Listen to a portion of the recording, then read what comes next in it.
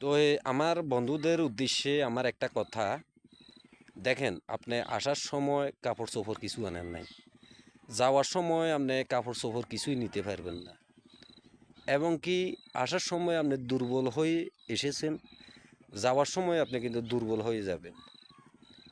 কী কইছি আমার কথাটা খুব লক্ষ্য রাখেন। আরেকটা বিষয় হলো যে, যেমন মনে করেন আপনি ধন সম্পদ টাকা পয়সা কোনো কিছু পৃথিবী জগতে দুনিয়াতে আসার সময় আনতে পারেন নাই, যাওয়ার সময় কিন্তু আপনি নিতে পারবেন না। তো তাহলে ভাই এত অহংকার কিসের? কিসের এত অহংকার এই 2 দিনের দুনিয়ায়? এটা তো আমরা ক্ষণিকের জন্য এই দুনিয়াতে আসছি। আল্লাহ তাআলা আমরা এই দুনিয়াতে এ মানে 2 দিনের জন্য পাঠাইছে, তাহলে এত অহংকার কিসের? আপনি আমার ভিডিওটা দেখলেন, আমাকে ফলো দিলেন, আবার আনফলো করে দিয়ে চলে গেলেন, এটা কোনো কথা হইলো?